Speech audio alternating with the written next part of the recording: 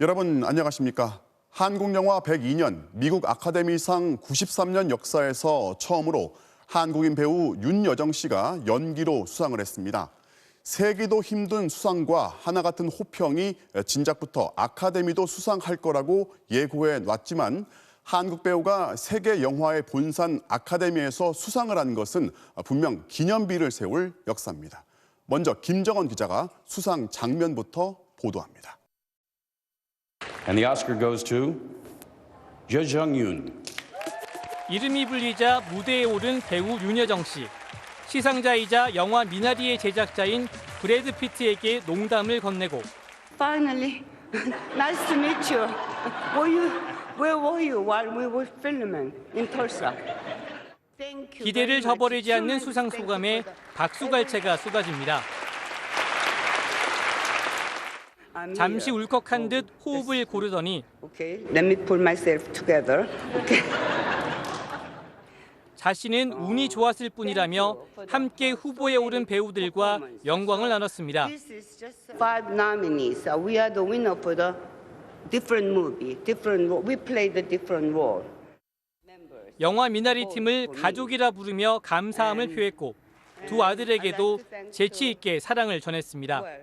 I'd like to thank to my 2 boys who made me go out and work.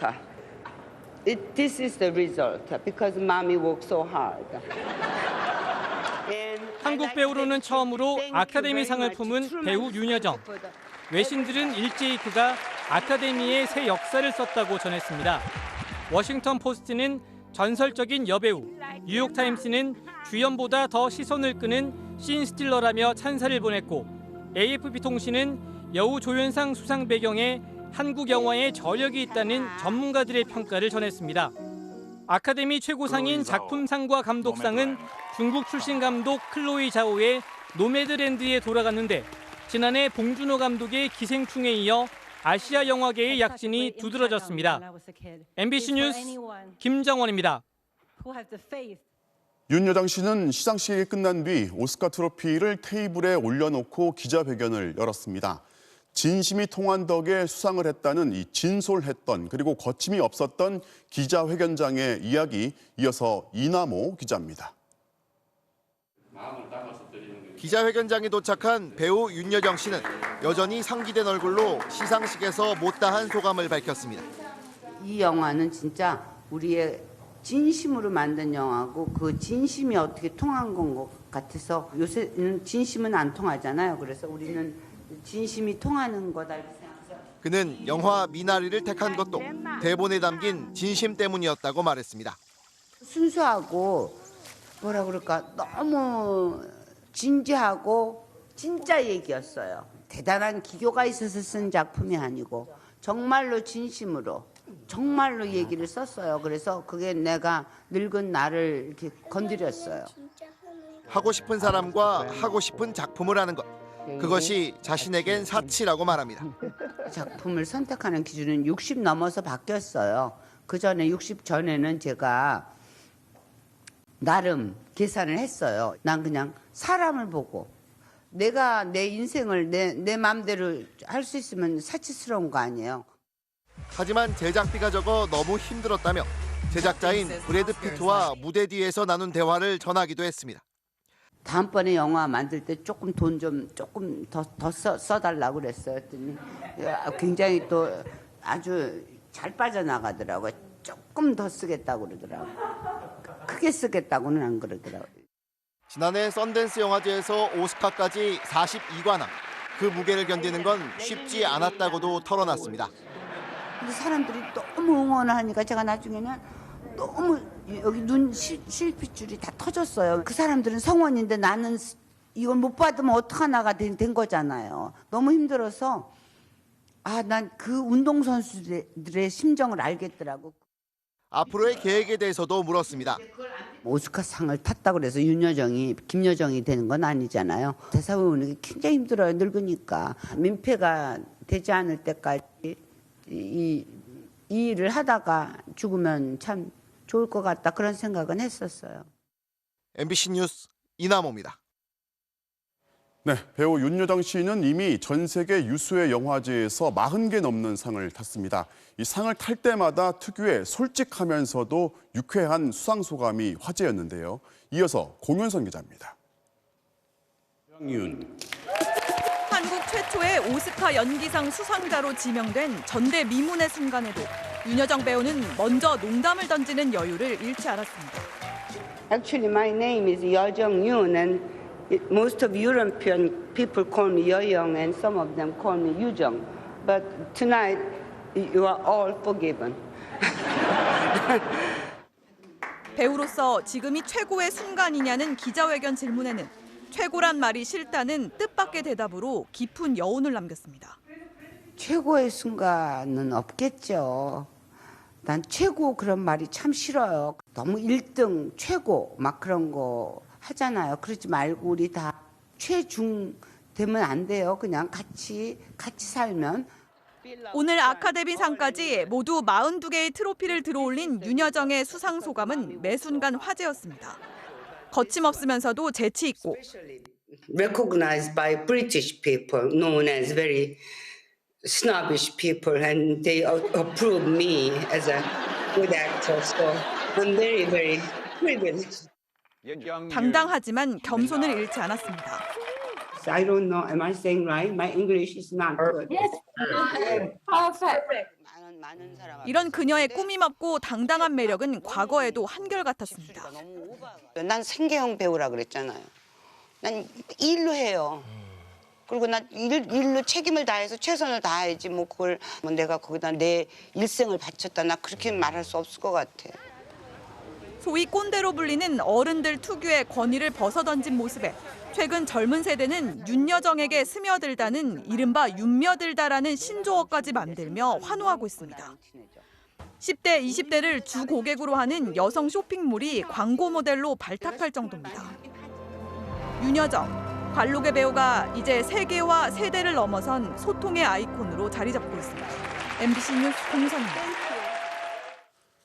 배우 윤여정 씨의 수상에 전 세계 외신도 주목하고 있고 수상 배경을 두고 여러 분석들이 나옵니다.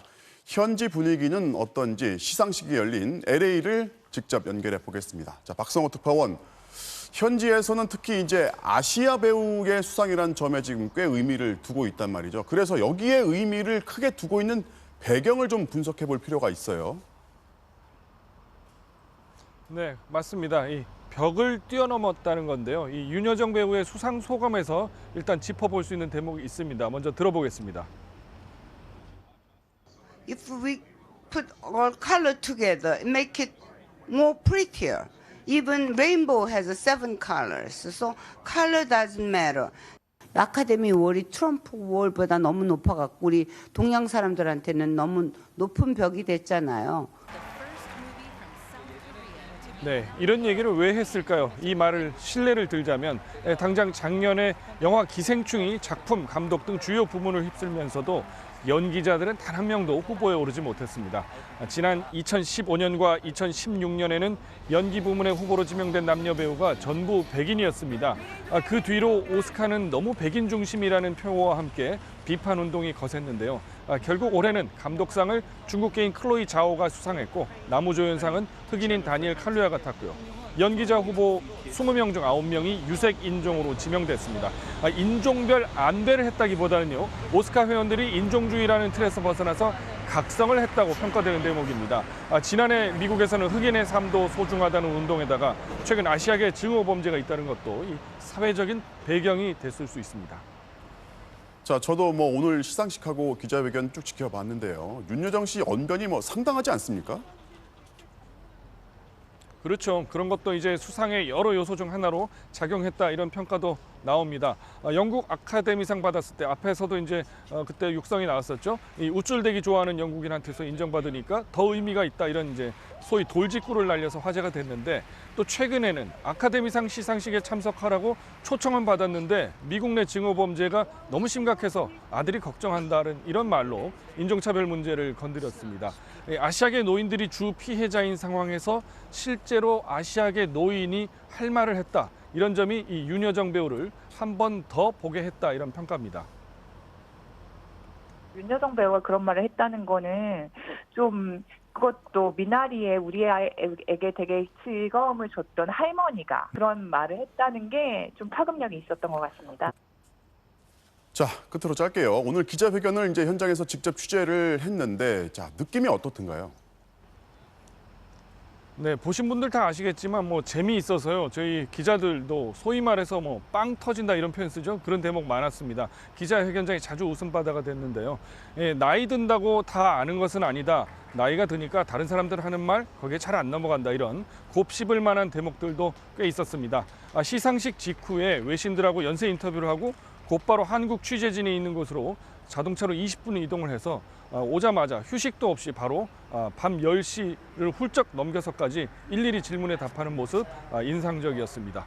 지금까지 로스앤젤레스 유니언역 앞에서 전해드렸습니다. 척박한 땅이라도 물을 찾아내 자라고야 만다는 식물 미나리. 어느 한국인 가정의 이민 생활이 그러해서 이 미나리는 여러 의미를 담고 있습니다. 윤여정 씨는 오늘 자신의 연기 철학이 열등 의식에서 출발했다고 고백했는데요. 그런 연기 인생이야말로 미나리 같다는 평이 나옵니다. 전동혁 기자가 보도합니다. 배우 윤여정의 스크린 데뷔작인 환영. 24살 윤여정은 주인집 남자를 유혹하는 가정부 명자 역을 맡았습니다. 애 아버지를 줬으면 좋겠어요. 애를 또 가져볼게. 계층 갈등을 묘사한 당시로서는 파격적인 열연으로 대종상과 청룡 영화제는 물론 스페인 시체스 국제영화제에서 여우 주연상을 거머쥐었습니다. 해외 영화제에 처음 가는 건데 낭부원이를 데리고 가서 결국은 상은 윤여정이가 탔죠 이제. 그러나 배우 윤여정의 전성기는 짧았습니다. MBC 드라마 장희빈과 영화 충녀로 한창 활동을 이어가던 중 지난 1974년 가수 조영남과 결혼해 미국에 정착하며 카메라 앞을 떠난 겁니다. 이후 10년 만에 고국으로 돌아와 드라마와 영화에 출연했지만 크게 주목받지 못합니다. 좋아도 해야 되겠지만 저는 절실해서 했거든요. 왜냐하면 정말 먹고 살라고 했기 때문에.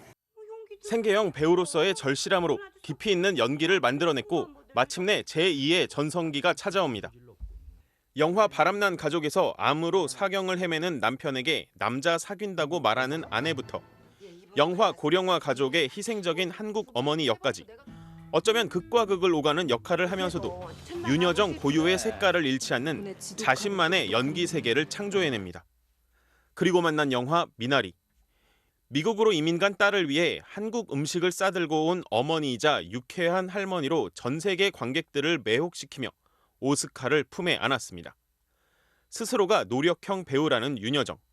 연기 철학은요. 제 열등의식에서 시작됐을 거예요. 왜냐하면 제가 무슨 연극을 했던 출신도 아니고 연극영화과 출신도 아니고 열심히 대사를 외워서 남한테 피해를 안 주자. 그녀의 연기 인생은 척박한 땅에서도 물줄기를 찾아 굵은 뿌리를 내리는 미나리를 쏙 빼닮았습니다. MBC 뉴스 전동혁입니다. 90년이 넘는 역사를 자랑하는 아카데미 시상식. 그동안 미국인들을 위한 시상식이라는 인식이 강했죠. 하지만 지난해 영화 기생충의 쾌거에 이어서 올해 윤여정 씨가 연기상까지 받으면서 한국 영화 그리고 한국 배우들의 위상이 달라지고 있습니다.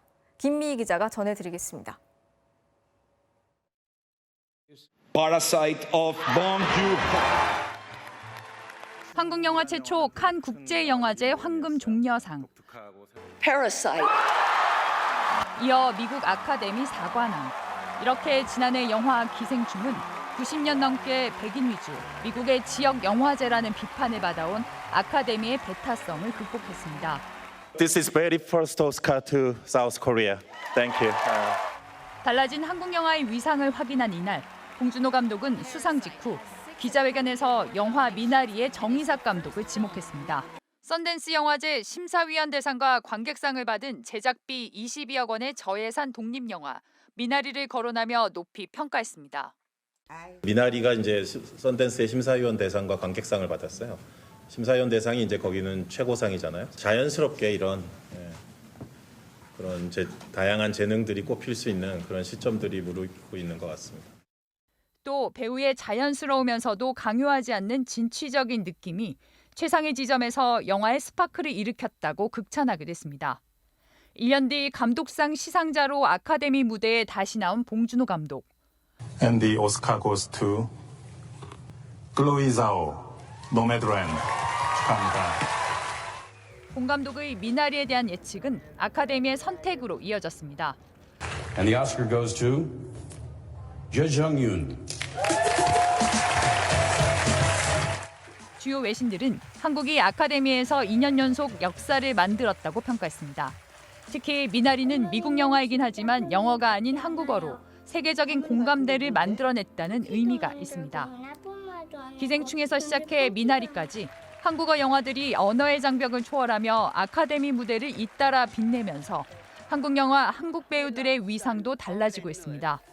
영화 기생충은 봉준호 감독의 참여 속에 미국에서 드라마로 제작될 예정이고 기생충과 미나리의 한국 배우들은 할리우드 진출을 앞두고 있습니다. MBC 뉴스 김미희입니다. 자, 영화 미나리는 여우조연상 외에도 나무주연상과 작품상, 감독상 등 모두 6개 후보에 올랐지만 아쉽게도 여우조연상 외에는 수상을 하지는 못했습니다. 하지만 미나리의 배우들과 정희삭 감독, 벌써부터 차기작이 기대되는 영화인들로 떠오르고 있습니다. 김성현 기자가 취재했습니다. 애들도 한 번쯤 아빠가 뭔가 해내는 거 봐야 될 거 아니야. 영화 미나리에서 이민자 가족의 가장 아버지 역을 연기했던 배우 스티븐 연. 아메리칸 드림의 희망과 좌절, 그에 따른 감정의 간극을 넓은 연기 폭으로 잘 소화해냈다는 평단의 찬사를 받았습니다. 그 역시 5살 때 한국을 떠난 이민자 출신. 평소 한국말이 서툰 편이지만 피나는 연습 끝에 거의 완벽한 한국어 연기를 선보이기도 했습니다. Reading his script, it was deeply truthful, so honest, and I really enjoyed that. 아시아계 최초로 나무주연상 후보에 오르며 헐리우드 유명 감독들의 러브콜을 받고 있습니다. 어머니 역할의 한예리 배우도 자연스럽고 안정적인 연기로 호평받았습니다. 미국 문화를 좇으려는 두 아이와 한국의 정서를 고집하는 할머니 사이에서의 내적 갈등을 섬세하게 표현하며 극의 몰입도를 높였습니다. 문제없는 가족도 없고요. 그런 이야기들이 쭉 지속이 되는 것 같고요. 그렇기 때문에 또 많은 사람들이 그리고 세계적으로 많이 공감하면서 천연덕스러운 연기로 관객들의 웃음을 이끌어낸 아들, 딸 역의 앨런 김과 노엘 조 역시 주목받는 아역 배우들로 성장하고 있습니다. 비켜라 이놈아. 할머니는 진짜 할머니 같지 않아요.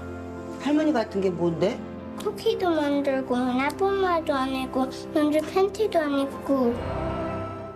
한국인 이민 가족의 이야기로 보편적인 미국인들의 공감을 불러일으키며 감독상 후보에 올랐던 정희삭 감독도 차세대 감독으로 뛰어올랐습니다. And most of all, above all, Lee Isaac Chung. Without him, I couldn't be here tonight. He was our captain and my director. 윤여정 배우를 제외하곤 수상엔 실패했지만 저예산 영화 미나리를 세계적인 수작으로 끌어올린 감독과 배우들에 대한 호평은 당분간 계속될 전망입니다. MBC 뉴스 김상현입니다. 자, 이번엔 코로나19 소식 먼저 백신 접종 상황부터 알아보겠습니다. 화이자 백신 2천만 명분을 추가로 확보한 정부가 백신 가뭄이 올 거라는 일각의 주장에 대해서 사실이 아니라고 반박했습니다. 구체적인 접종 목표도 발표하면서 11월로 예정된 집단 면역 달성을 최대한 앞당기겠다고 강조했습니다. 박진주 기자가 정리했습니다. 홍남기 국무총리 직무대행은 대국민 담화에서 지금까지 정부가 밝힌 백신 도입 예정 물량이 지연된 사례는 한 건도 없었다고 강조했습니다. 앞으로도 예정된 물량이 계획대로 들어올 예정인 만큼 백신 가뭄 같은 일부 언론의 주장은 사실이 아니라는 겁니다. 정확하지 않은 정보를 토대로 백신 가뭄 등을 지적하며 국민께 과도한 불안감을 초래하기도 하였는 바 이는 사실이 아닙니다. 구체적인 접종 목표도 내놨습니다. 4월까지 300만 명, 6월까지 1,200만 명, 9월까지는 전 국민의 70%인 3,600만 명에게 1차 접종을 완료한다는 겁니다. 화이자 백신 2천만 명분을 추가 확보하면서 3분기까지 도입될 백신이 당초 2,400만 명분에서 4천만 명분으로 크게 늘어났기 때문에 가능하다는 게 정부의 판단입니다.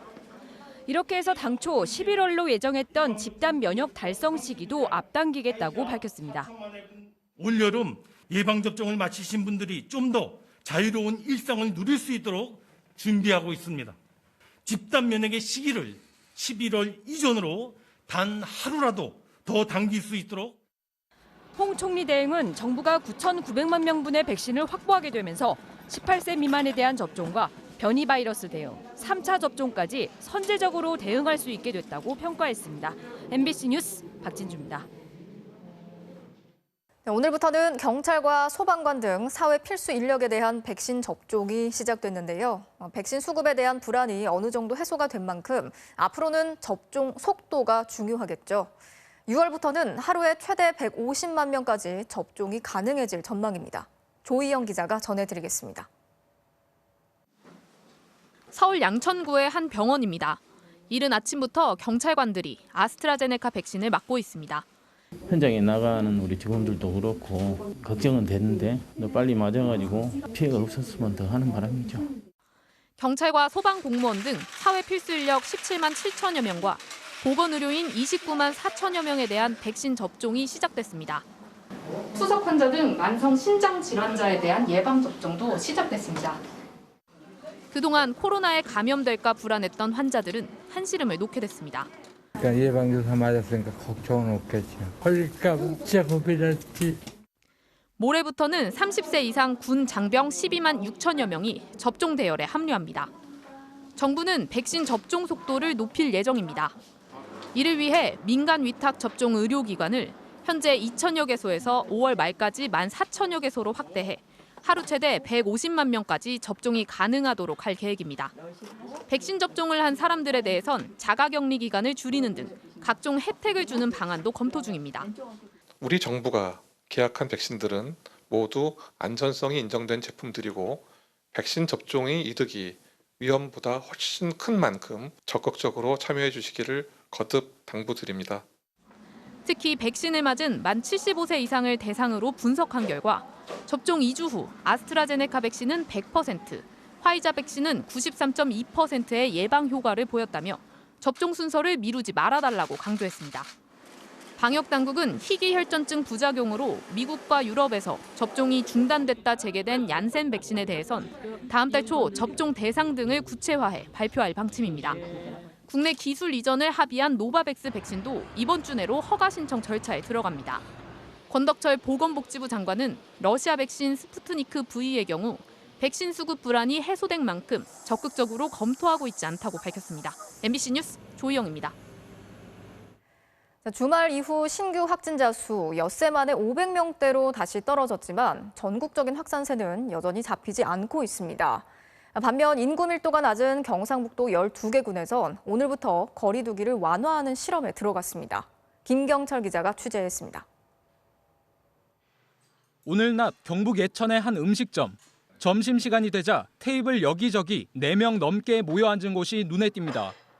출입자 명부도 쓰고 테이블 간격은 1m로 유지하지만 5인 제한은 풀린 겁니다. 회식이라든지 이런 부분도 전혀 없었거든요. 오늘 이제 4인 이상 돼가지고 모처럼 5분이 나와서 식사를 하게 됐어요. 경상북도는 인구 10만 명이 안 되는 12개 군 지역에서 시범적으로 거리 두기를 완화했습니다. 식당과 카페, 노래 연습장에서 5인 사적 모임 제한이 없어졌습니다. 종교시설에도 수용 인원의 50%까지 참여할 수 있게 됐습니다. 진짜 손님이 한 3분의 2는 줄어서 저희가 엄청 힘들었어요. 그래도 일단 5분이 오셔도 한 테이블에 앉을 수 있다는 것만 해도 진짜 감사하게 생각해요. 청도군과 고령군 등 7개 지역에선 인원 제한을 아예 없앴고 예천을 비롯한 5개 군에선 아직 8명까지만 모임을 허용합니다. 우려도 나옵니다. 인근 지역 주민들이 거리 두기가 완화된 곳으로 유입될 수 있기 때문입니다. 예천군과 달리 안동시는 5인 이상 집합 금지가 그대로 유지되다 보니 안동 지역 손님이 예천군으로 쏠리면서 코로나19도 함께 확산하는 것 아니냐는 우려가 나오고 있습니다. 사실 안동에서는 주말에도 지금 확진자가 계속 나오는 걸로 알고 있는데 이게 혹시라도 바로 옆에 저희가 옆에 살고 있으니까 이게 계속 지속될까 봐 걱정돼요. 특히 인근 부산과 울산, 경남을 중심으로 확산세가 아직 거센 상황입니다. 코로나19 신규 확진자가 500명대로 다소 떨어졌지만 안심할 수 없는 이유입니다. 이에 따라 정부는 오늘부터 일주일을 특별 방역 관리 주간으로 정했습니다. MBC 뉴스 김경철입니다.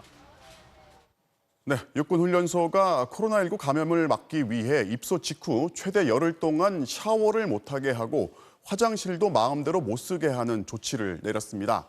훈련병들은 비상식적이고 과도하다는 불만이 높은데요. 훈련소 측이 송구하다면서 개선책을 내놓았습니다. 김건휘 기자가 취재했습니다.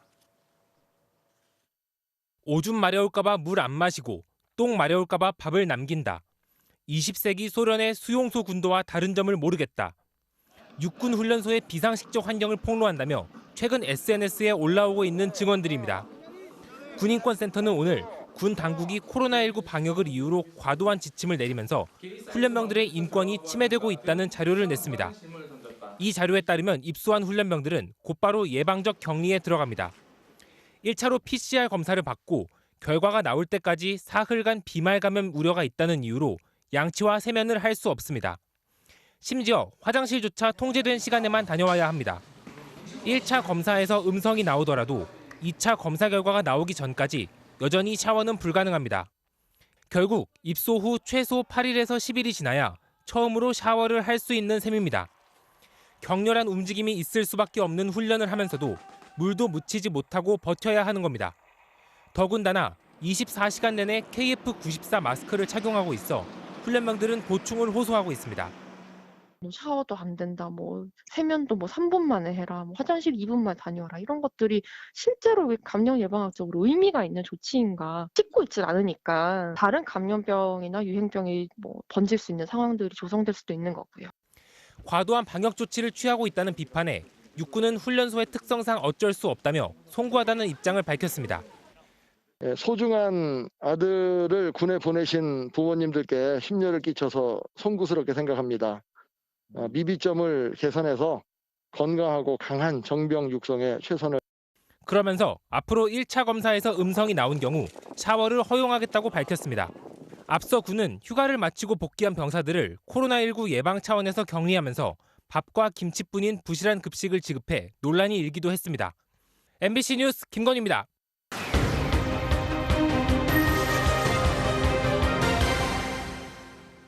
제보는 MBC입니다. 소개팅 앱을 통해 만난 여성과 영상통화를 하게 됐고 서로의 신체까지 노출했습니다. 그런데 이 영상이 나도 모르게 녹화돼서 온라인에 유포되고 있다는 제보가 들어왔습니다. 특히 해당 여성한테 똑같은 피해를 당한 남성이 한둘이 아니었습니다. 결국 경찰이 수사에 착수했습니다. 먼저 손하늘 기자가 보도합니다. 20대 남성 A씨는 지난 3월 소개팅 앱을 통해 한 여성을 알게 됐습니다. A씨와 가까운 동네에서 자취를 한다며 접근한 여성은 만남을 갖기 전 먼저 영상통화를 하자고 했습니다. 자신 통 옷을 벗고 문화생활을 하는 모습을 영상통화로 해쳤죠. 그러면서 엽기적인 행동을 요구를 하는 거죠. 그런데 얼마 뒤 A씨는 한 인터넷 사이트에서 자신과 통화한 여성이 등장하는 화면을 발견했습니다. 앞에를 가리면 어떻게 옆에를 받지 않을까? 아니 앞에 가리잖아. 오히려 심한 거에 너무 답답해. 좀 뒤로 가. 여기 너무 밝아. 목소리와 말투, 카메라 각도와 조명 밝기에 대한 집착까지 A씨와 통화했던 그 상황과 똑같았습니다. 한번 들으면은 그냥 절대 잊을 수가 없는 거예요. 그냥 이거 듣고서 자신이 녹화당했다는 거 알고. 그런데 같은 피해를 당했다는 남성이 제보가 들어온 것만 10여 명에 달합니다. 사진빨 방지를 위해서 몸이랑 상체랑 얼굴을 보겠다라고 이제 이야기를 해서 실시간으로 보겠다라고 이렇게 접근을 하는 방식으로. 영상통화를 하면서 상대방이 긴장을 풀면 여성의 요구는 엽기적으로 변했습니다. 엉덩이를 보여달라든지 그거를 막 손으로 라고 한다든지 목젖에 손을 닿게 해가지고 빽거리는 연출을 해라. 깨무는 그런 신용을 해라. 심지어 고등학생도 있었습니다. 영상통화를 녹화한 것 아니냐고 의심하자 협박까지 했다고 합니다. 저기 욕을 막 하는 거예요. 내 멋대로 너 알아서 처리한다고. 너 개망신 준다고. 나 원망하지 말라고. 무릎 꿇고 사과하는 거를 영상통화에서 보여주면 봐주겠다. 이들은 자신의 통화 영상이 음란 사이트에 유출된 건 아닌지 두려움에 떨고 있습니다. 실제로 트위터 등 SNS엔 남성들의 직업이나 학교, 이름 등이 공개된 영상통화 파일들이 개당 2만 원, 3만 원에 판매되고 있습니다. 있는 데만 10분이 걸렸어요. 이 제 영상이 있나 확인을 하려고 했는데 확인도 못할 정도로 너무 많으니까 항공사 기장, 경찰, 공무원, 뭐 교복도 있고 군복도 많고 군 장교도 있고. 피해 남성들은 자신이 찍힌 영상물의 유출을 막아달라며 경찰에 수사를 의뢰했습니다. MBC 뉴스 손하늘입니다. 피해자들이 입수한 피해자 명단에는 1,000명 넘게 등장합니다. 경찰은 아마도 비슷한 수법으로 당한 것으로 추정하고 있는데요. 온라인 성범죄 피해자 5명 중 1명이 남성일 정도로 이 신종 범죄에는 성별을 가리지 않고 확산하고 있습니다. 이어서 김수근 기자입니다. 현재 트위터 등에서 불법 판매되고 있는 유사 피해 영상은 1,200여 개에 달합니다. 경찰은 피해 남성들을 상대로 일단 신체 노출을 요구한 여성의 신원을 알아내는 데 주력하고 있습니다. 이를 위해 여성이 화상 통화를 하며 사용한 스카이프와 카카오톡 등 SNS 계정 파악에 나섰습니다. 또 영상 파일 목록에 등장하는 남성 중 불법 촬영의 피해자가 추가로 있는지도 살펴보고 있습니다. 저는 비교가 최근이다 보니까 아직 유포되기에는 시기가 안 됐다고 해야 되나? 이렇게 피해자가 많을 동안 아무도 피해 사실을 몰랐다는 거고 그렇기 때문에 이게 사태가 더 심각하다. 특히 경찰은 확보한 목록에 등장하는 남성이 1,000명이 넘는 만큼 영상 촬영과 유포, 판매가 조직적으로 이뤄졌을 가능성이 있다고 보고 수사를 확대할 방침입니다. 이미 유포된 불법 촬영물의 유통을 차단하기 위한 작업도 진행 중입니다. 방송통신심의위원회는 이번 사건과 관련해 긴급 모니터링에 착수했습니다. 남성 대상 불법 촬영물도 성폭력 처벌 특례법의 대상이 된다며 24시간 집중 모니터링을 강화하겠다고 밝혔습니다. 최근 남성이 디지털 성범죄의 피해자가 되는 사례가 점차 늘고 있습니다.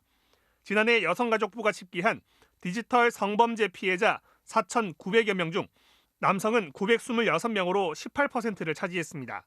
전년도보다 3배 넘게 급증한 수치입니다. 이번 사건과 관련해 청와대 국민청원 게시판에는 철저한 수사와 처벌, 신상 공개를 요구하는 청원이 올라와 나흘 만에 10만 명 넘게 동의했습니다. MBC 뉴스 김수근입니다. 주한 벨기에 대사 부인의 폭행 사건을 두고 벨기에 대사관이 사과문을 냈지만 성의 없는 반말 사과라는 비난 여론만 키웠습니다. 이제 벨기에 현지도 이 사건으로 시끄러워졌습니다. 홍희표 기자가 취재했습니다. 옷가게 직원들을 때린 주한 벨기에 대사 부인의 영상이 공개된 뒤 벨기에 공영방송 RTBF에 올라온 기사입니다. 상점 직원이 대사 부인에게 맞았다는 제목으로 최근 폭행 장면이 담긴 영상이 게시돼 한국인들의 분노가 커지고 있다는 내용도 담겼습니다. 같은 날 다른 벨기에 언론에도 대사 부인이 논란의 영상이 공개된 뒤 곤경에 빠졌다는 보도가 실렸습니다. 한국에서 활동 중인 벨기에 국적의 방송인 줄리아는 자신의 SNS에 사과문을 올리기도 했습니다. 저희 아빠가 아침 라디오에서 들었거든요. 어떤 상황이냐, 누가 누굴 때렸다며 어이없어가지고. 벨기에 현지에서도 폭행 사건을 비판하는 목소리가 높다고도 전했습니다. 창피하다. 대사님이 자리를 더 이상 거기 있으면 안 된다. 어떤 상황에서도暴力쓰면 안 되잖아요. 벨기에 대사관 측은 지난 22일 뒤늦게 SNS에 대사 부인 대신 사과한다는 보도자료를 올렸습니다. 대사관 측은 대사 부인이 현재 뇌졸중으로 입원 중인데 건강을 회복하면 가능한 빨리 경찰 조사를 받겠다고 밝혔습니다. 하지만 사과문을 반말로 올려 진정성이 없다는 비판도 일었습니다. 대사관에서 하는 역할이라는 게 그래도 이 나라를 대표하고 대변하는 기관인데 사과문에 반말로 올렸던 거 아직까지 수정 안 됐고.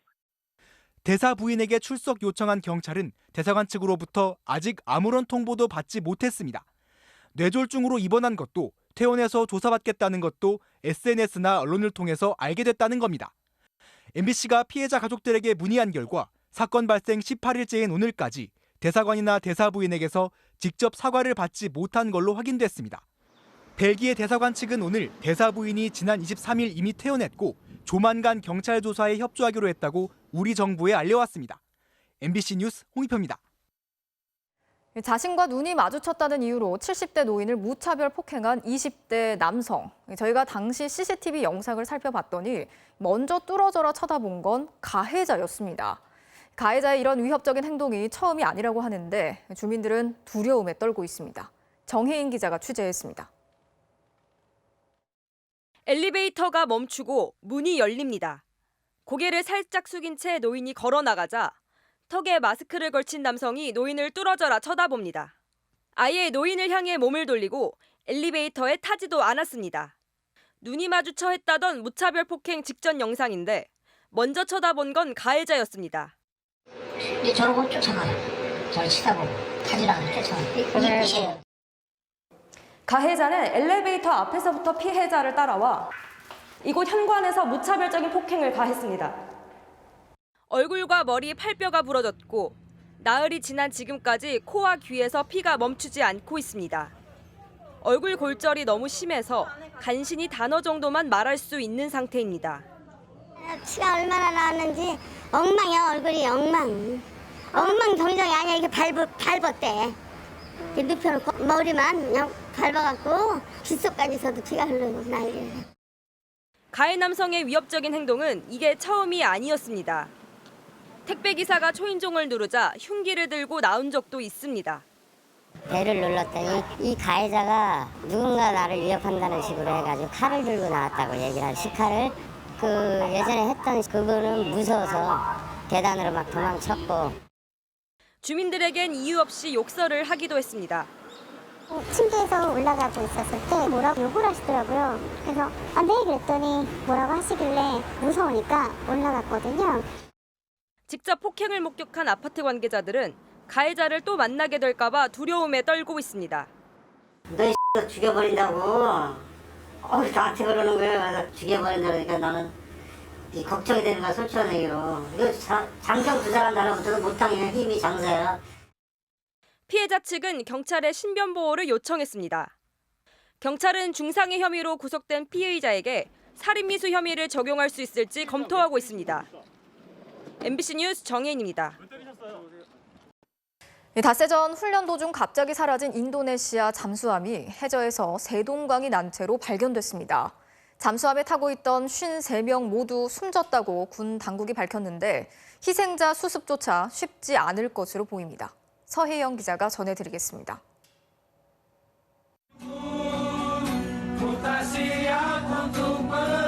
인도네시아 군 당국이 공개한 침몰 전 낭갈라함의 내부 모습입니다. 이들 중 일부가 침몰 당시 낭갈라함에 타고 있었던 것으로 추정됩니다. 낭갈라함은 어뢰 훈련을 위해 지난 21일 잠수한 뒤 갑자기 사라졌습니다. 나흘간의 수색 작업 끝에 어제 낭갈라함의 본체 잔해를 해저에서 발견했지만 잠수함에 타고 있던 53명은 이미 모두 숨진 뒤였습니다. KRI Nanggala 402 telah tenggelam dan seluruh 군 당국은 수중 음파 탐지기를 통해 낭갈라함이 해저 838m에서 세동강 난채에 발견됐다고 설명했습니다. 낭갈라함이 견딜 수 있는 수심은 200m 정도로 그 이상에선 수압을 견딜 수 없었을 것으로 추정됩니다. 잠수함 주변에서 구명조끼도 발견됐는데 탑승자들이 탈출을 시도한 것으로 보입니다. 군 당국은 이번 사고가 승무원들의 잘못이 아니라며 사고 원인에 대해 조사하고 있다고 밝혔습니다. 유족들은 시신이라도 수습되길 간절히 바라고 있습니다. Anak kami sudah serahkan kepada pemerintah selaku prajurit, berarti kami sudah menyerahkan kepada pemerintah. Nah nanti setelah pemerintah karena gugur di dalam hal ini. 하지만 수중 로봇이 가벼운 잔해는 수거할 수 있지만 희생자 수습까지는 불가능해 시신 인양에 어려움이 예상됩니다. MBC 뉴스 서혜연입니다. 오늘 충북 옥천의 경부고속도로 확장 공사 현장에서 60대 인부 한 명이 후진하던 트럭에 치여서 숨졌습니다. 점심시간에 혼자서 작업을 하던 중이었는데 고용노동부가 즉각 조사에 착수했습니다. 이채영 기자가 취재했습니다. 50톤 크레인이 철제줄로 25톤 덤프트럭을 들어올립니다. 119 구조대가 트럭 아래 깔린 노동자를 구조했지만 숨진 상태였습니다. 오늘 낮 12시 반쯤 경부고속도로 옥천휴게소 부근 상행선 확장 공사 현장에서 작업 중이던 인부 한 명이 후진하던 25톤 덤프트럭에 치였습니다. 점심시간이라 함께 일하던 동료들은 자리를 비운 상태였습니다. 못 봤대요. 사이에 그 작업을 단장이 가운데 들어갔어요. 사고 현장에선 내년 말 완공을 목표로 3.5km 구간을 확장하는 공사가 한창이었습니다. 아스콘을 실은 덤프트럭이 후진하며 20m를 이동하다 사고가 났습니다. 숨진 노동자는 60대 일용직 인부로 혼자 도로에 떨어진 잔해물을 치우고 있었던 것으로 추정됩니다. 고용노동부는 현장에 신호수를 제대로 배치했는지, 중장비 작업을 제대로 통제했는지 조사하고 있습니다. 현장에 대한 관리하는 사람들도 있을 거고요. 그리고 장비들을 통제하는 신호를 하는 사람들도 있을 거고요. 계획에 따라서 실제로 작업을 했는지도 중요하고요.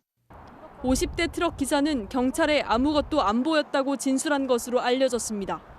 운전자 과실이죠. 일단은 팀이 이상하니까 이제 기사가 내려서 보니까 이제 그때 이미 이제 역과돼서. 경찰은 트럭 기사와 업체 관계자들을 불러 업무상 과실이 있는지 조사하기로 했습니다. MBC 뉴스 이채연입니다. 살구빛 제복과 냉장고가 달린 작은 전기차, 야쿠르트 아줌마가 떠오르시죠? 야쿠르트 아줌마가 등장한 지 올해로 벌써 50년이 지났다고 합니다. 대형 마트와 거대 유통 플랫폼들의 등장에도 인기가 식지 않는 비결이 뭔지 김윤미 기자가 만나봤습니다. 안녕하세요. 아침 8시 전덕순 씨의 일이 시작됐습니다. 다세대 주택이 밀집한 서울의 한 동네 골목. 18년을 한결같이 다닌 길입니다. 고객이 300명이 넘지만 누가 어떤 제품을 먹는지 다 머릿속에 있습니다. 안녕하세요. 머리에 입력돼 있어서 괜찮아요. 그건 기본이에요. 봉제 공장도, 금방 갖다 드릴게. 소방서도, 고객의 자리까지 음료를 배달합니다. 때로는 동네 어르신을 챙기는 일도 합니다. 우리가 치매 환자 어머니 계시는 계세요. 근데 안 일어나셨어. 어떻게 알아요? 안 일어난지. 불이 꺼져 있어. 야쿠르트 아줌마는 1971년 처음 등장했습니다. 50년 사이 많은 게 변했습니다. 손에 들고 다니던 보냉 가방에서 수동 손수레로, 전동 손수레로, 그리고 지금은 냉장고가 달린 전기차로 바뀌었습니다. 무인 시스템으로 손님이 직접 결제하고 물건을 살 수도 있고 발효유뿐만 아니라 화장품과 치약도 팝니다. 평균 근속 시간은 한 동네에서 12년. 고객들과의 신뢰가 가장 큰 자산입니다. 그래서 커피 체인점도, 동네 빵집도 야쿠르트 아줌마에게 우유를 삽니다. 신선 배달의 원조인 셈입니다. 사장님, 4개 넣어놨어요. 알겠습니다. 계신 지도 오래되고 동네 분이니까 굳이 또 매일 또 갖다 주시니까 저희가 편하기도 하고. 최근에는 이 일을 하는 젊은 사람들도 많아졌습니다. 3년 사이 20대 배달원이 4배 늘었습니다. 아무래도 야쿠르트 아줌마라고 딱 보면은 어느 동네에나 있을 것 같고 친절하게 대답해 주실 것 같은 느낌이잖아요. 그런 점이 처음에 저희가 시작했을 때도 젊은 사람이네 라고 얘기하시면서도 좀 더 편하게 다가와 주시고. 본사는 배달원들과의 상생을 위해 대형마트나 온라인 쇼핑몰에서 따로 할인도 하지 않습니다. 지금도 본사 매출의 90%를 배달원들이 올려주고 있습니다. 거대 플랫폼들이 유통 정쟁을 벌이고 있는 지금도 이 일을 하는 분들은 11,000명입니다. MBC 뉴스 김윤미입니다. 도박에 대신 투자를 해서 1시간 만에 투자금을 2배로 만들어주겠다는 사기범들이 붙잡혔습니다. 이들은 인터넷 카페를 만들어서 외제차와 돈다발 사진으로 사람들을 모았는데요. 피해자가 50명이 넘습니다. 김윤아 기자가 취재했습니다. 고급 외제차에서 돈다발을 들고 찍은 사진, 5천만 원이 찍힌 통장 잔고 사진, 밑에는 고맙다는 인증글이 달렸습니다. 투자를 유도하기 위해 올려둔 이른바 미끼 사진입니다. 자신을 자산관리사 대표라고 속인 20대 남성 등 11명은 인터넷에 재테크 카페를 열었습니다. 로또나 환율 변동 결과를 이용한 사설 도박 사이트에 대신 베팅해서 높은 수익을 만들어주겠다며 투자할 사람들을 모았습니다. 한두 시간 안에 수익률 100%에서 200%까지 보장해 줄 수 있다. 이런 식으로 피해자들을 현혹했습니다. 묻지마 투자를 하겠다는 사람들이 하나둘 늘었고 높은 수익률에 현혹돼 대출까지 받아 무려 1억 원을 넣은 사람도 있습니다. 수익금이 적으니 뭐 금액을 좀 올려보는 게 어떠시냐. 그래서 150을 더 붙여서 수익이 2천이 된 걸 다시 투자를 하겠다. 이런 식으로 이걸 계속 반복했었고. 돈을 보낸 사람들은 의심이 되기도 했지만 사기범들은 주민등록증까지 보내주며 피해자를 속였습니다. 내가 노숙까지 뭐 해봤는데 자기는 열심히 살아내고 있다. 막 이런 식으로. 그래서 저는 그게 진짜 줄 알았어요. 또 일당들은 해킹된 계정 수백 개를 이용해 큰 수익을 봤다며 가짜 홍보글을 올리거나 댓글을 달아 피해자들을 안심시켰습니다. 이들에게 피해를 당한 사람만 모두 52명, 피해 금액은 7억 7천만 원에 달합니다. 경찰은 사기 등의 혐의로 총책 20대 남성 등 6명을 구속하고 나머지 5명을 불구속 입건했습니다. MBC 뉴스 김윤아입니다. 이어서 오늘 이 뉴스 전해드리겠습니다. 지난주 음주운전 차량에 치인 동생에게 긴급 수혈이 필요하다는 한 누나의 간절한 호소글이 SNS와 온라인 커뮤니티에 올라왔는데요. 일면식도 없는 사람의 요청이었지만 혈액이 남을 정도로 도움의 손길이 쇄도했다고 합니다.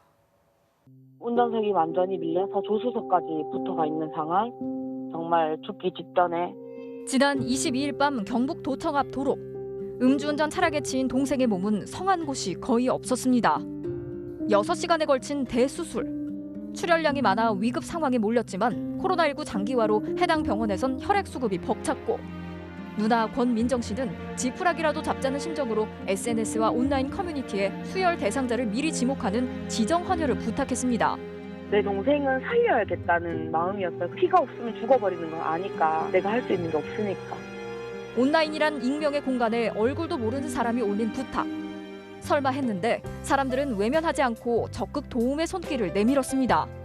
응원 댓글과 추천이 쇄도했고 실제 헌혈로도 이어졌습니다. 어제까지만 받은 것만 해도 거의 한 150장 정도? 제가 지금 헌혈하러 가겠다. 헌혈하고 있는 사진을 보내주시는 분들도 계셨고 지금도 택배가 오고 있대요, 집으로. 30팩 정도를 수혈했다 하더라고요. 긴박한 상황은 좀 무마됐던 것 같아요. 온라인상에서 남의 어려움에 공감하고 적극적으로 행동에 나선 사례는 이뿐만이 아닙니다. 시내버스 2대와 화물차 2대가 잇따라 추돌하면서 추돌 사고를 당한 딸이 긴급 수술로 피가 많이 모자랍니다. 헌혈을 부탁한 한 아버지의 글에 너나 할 것 없이 헌혈센터를 찾은 시민들. 코로나19 확진이 됐는데 저와 자가격리 중이라는 이유로 화상을 입은 생후 10개월 된 아이를 받아주는 병원이 없습니다. 절망감에 눈앞이 캄캄해진 아버지에게 내일처럼 걱정하며 병원을 수소문해준 누리꾼들. 그리고 직접 집을 찾아 아이를 치료해준 화상 전문 병원 의료진도 있었습니다.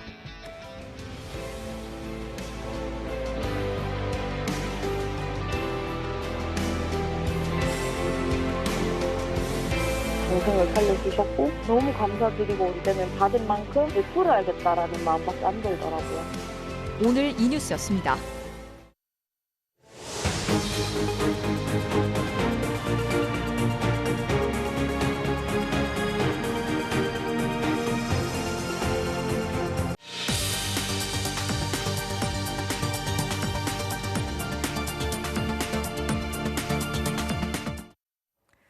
가상화폐 투자는 잘못된 길이라는 은성수 금융위원장의 발언을 두고 후폭풍이 거세지고 있습니다. 가상화폐에 돈을 묻은 20, 30대들이 거세게 반발하자 정치권도 제도권 편입 얘기를 시작했는데요. 이 논란을 어떻게 봐야 할지 먼저 노경진 기자가 취재했습니다. 출근길에 나선 김부겸 총리 후보자. 가상화폐에 대한 입장을 묻자 쉽게 답하지 못했습니다. 이 문제는 쉽게 답변 드리기 어려울 것 같고요. 자칫하면 피해자들이 생기면 그것도 안 되고 그렇다고 해서 각 나라마다 이 문제를 가지고 여러 가지 고민을 하고 있지 않습니까? 은성수 금융위원장의 사퇴를 요구하는 청와대 국민청원은 사흘 만에 13만 명이 넘었습니다. 가상화폐에 돈을 묻은 사람들의 분노에 정치권은 저마다 제도권으로 편입하고 투자자를 보호하자는 주장을 쏟아냈습니다.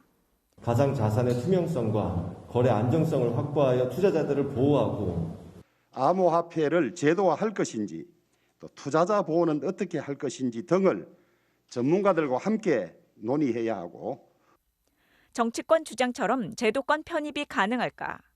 제도권 편입은 곧 규제와 같은 뜻입니다. 골프 회원권은 규제하지 않지만 주식은 규제합니다.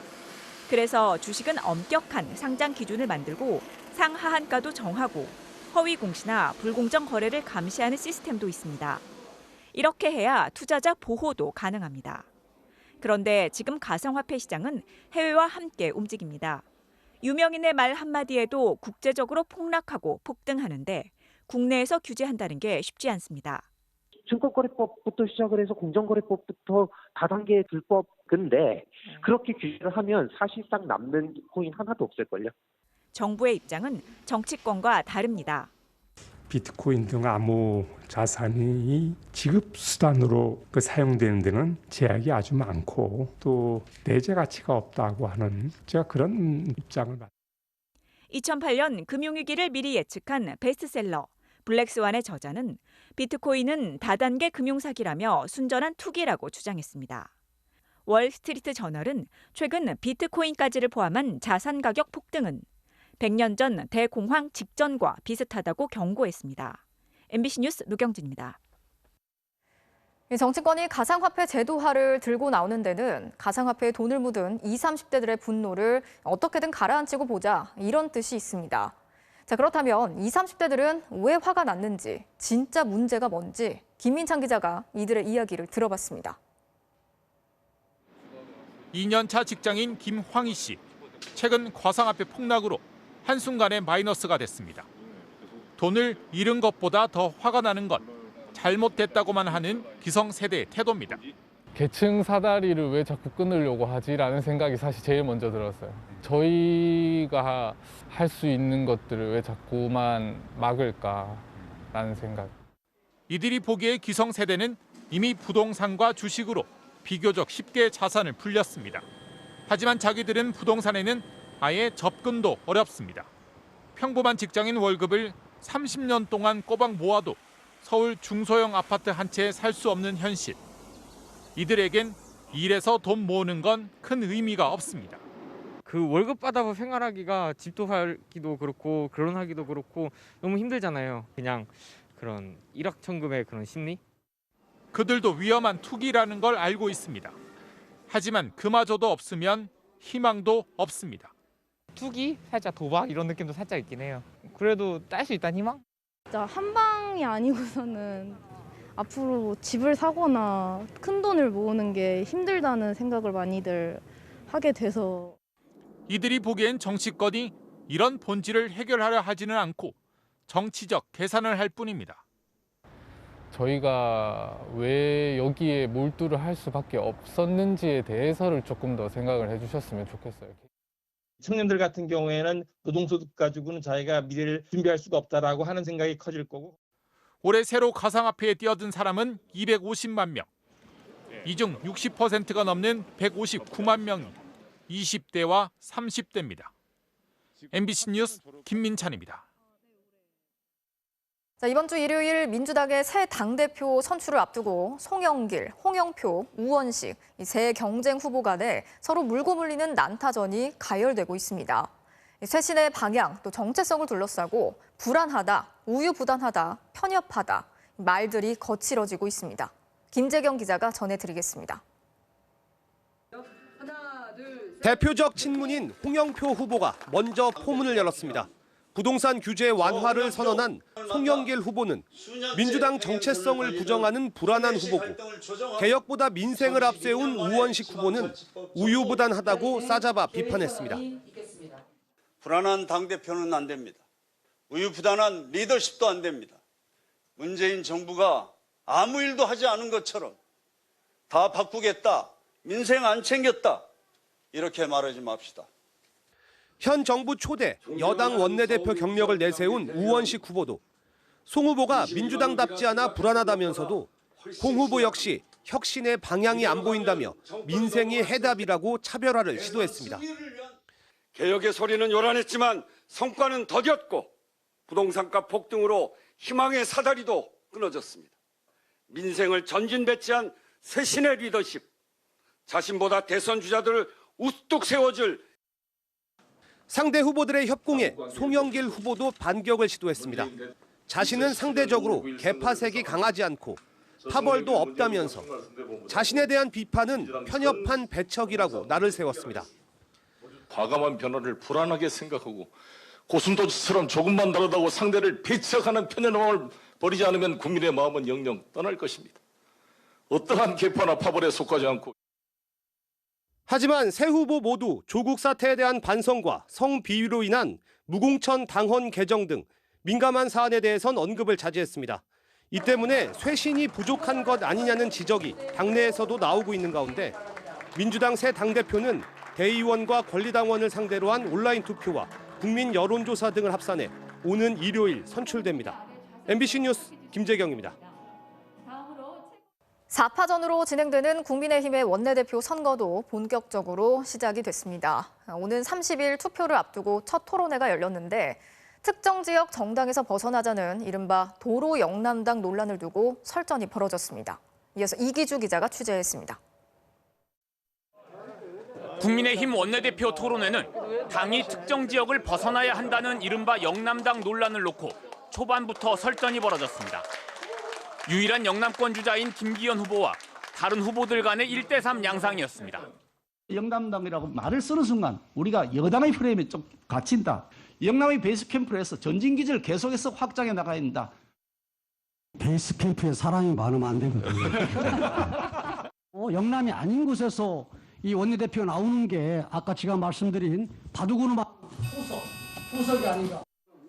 권성동, 유이동 후보는 특정 지역 배제는 곤란하다면서도 민심을 제대로 파악해야 한다고 강조했습니다.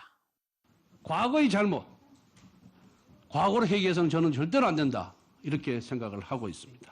대다수 말 없는 국민들의 목소리에 귀를 기울여야 합니다.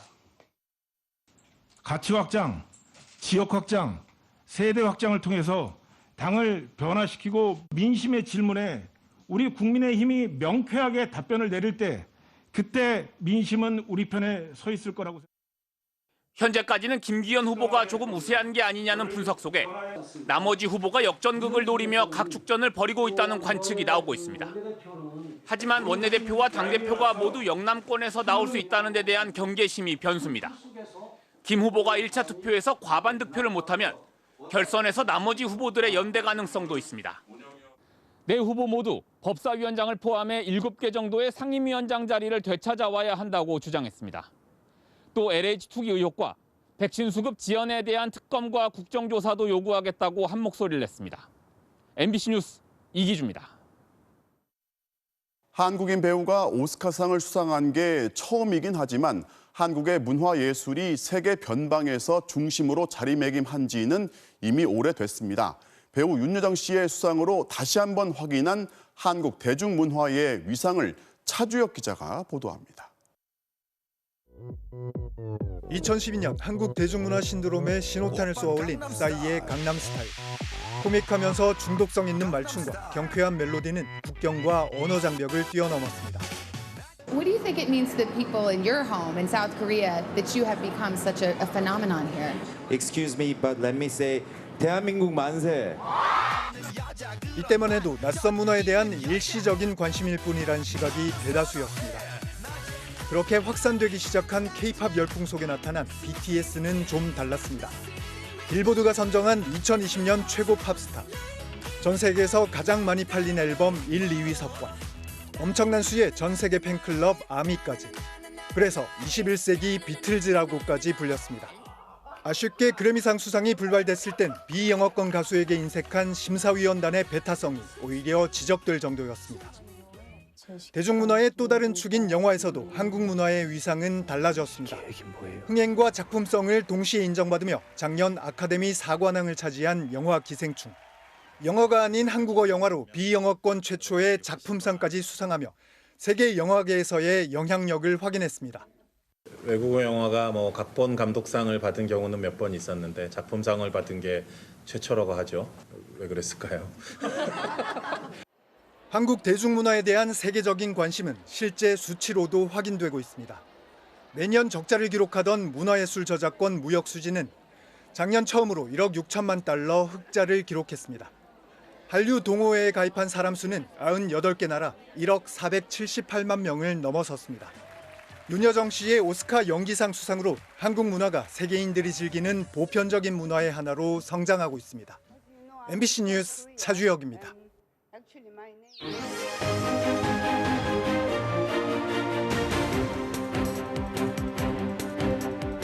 정치적 참견 시점 정치팀 김지경 기자 나와 있습니다. 자, 오늘 준비한 소식 볼까요? 네. 돌아온 황교안 도로한국당 논란인데, 자, 황교안 전 자유한국당 또 전 미래통합당 대표죠. 자, 오늘 국회를 찾아왔어요.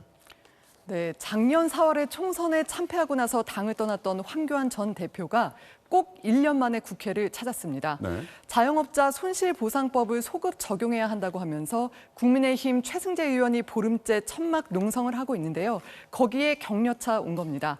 황교안 전 대표는 여러 가지 현안에 대해서도 입장을 밝혔습니다. 화면으로 보시죠. 네.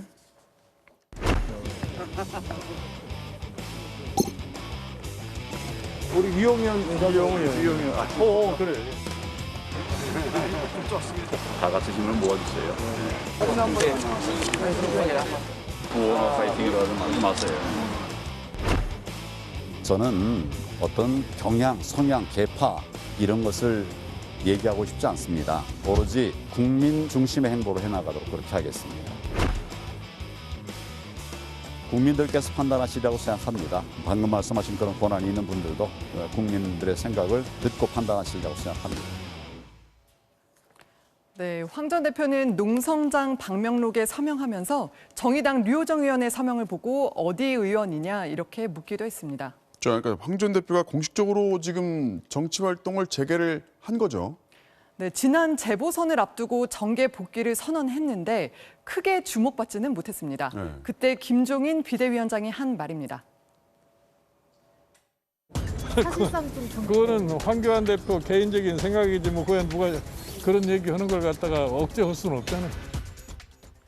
네, 또 최근에는 진중권 전 교수한테 넋놓고 있는 게 애국이다 이러는 비아냥을 들었는데요. 네. 황 전 대표는 고언에 감사하지만 넋놓고만 있을 수는 없다 이러면서 정치에 대한 뜻을 굽히지 않았습니다.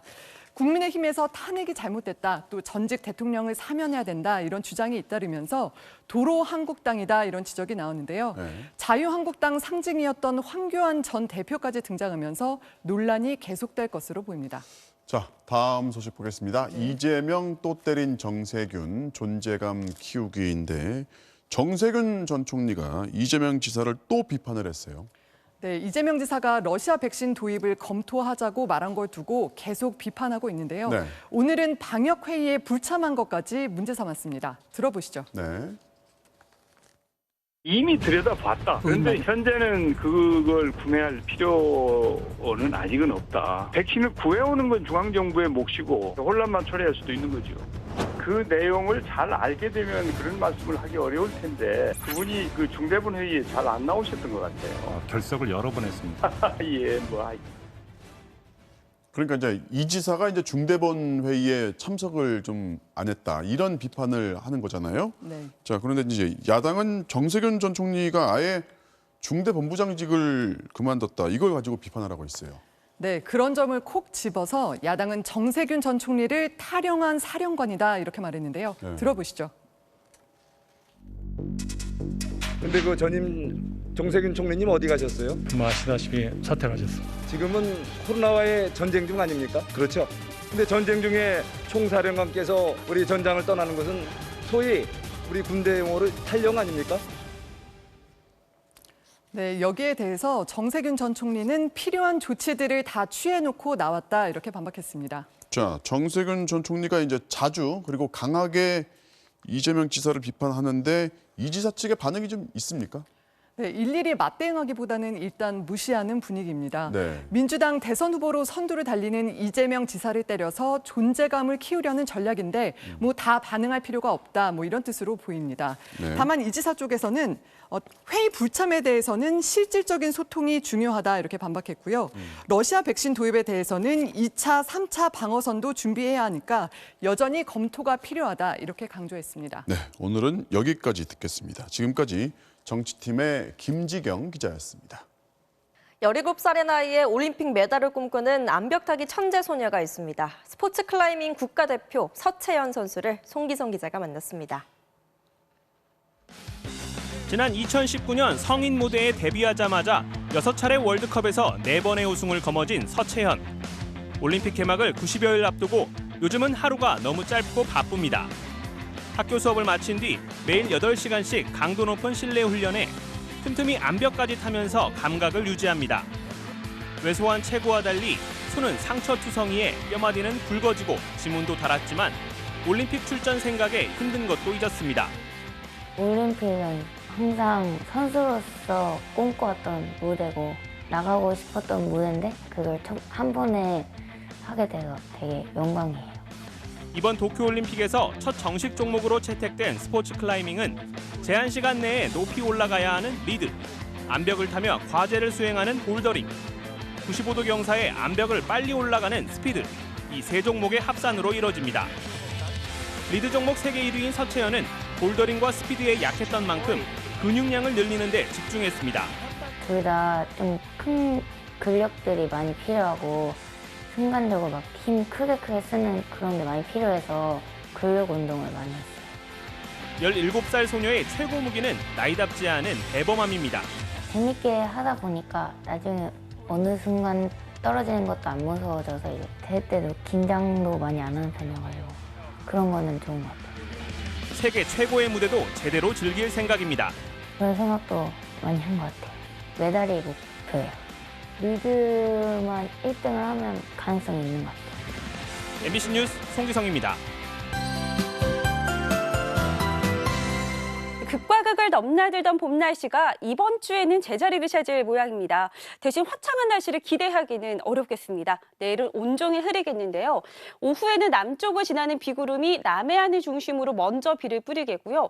밤부터는 수도권 등 중부를 중심으로 비가 한 차례 내리겠는데요. 예상되는 비의 양은 5mm 미만입니다.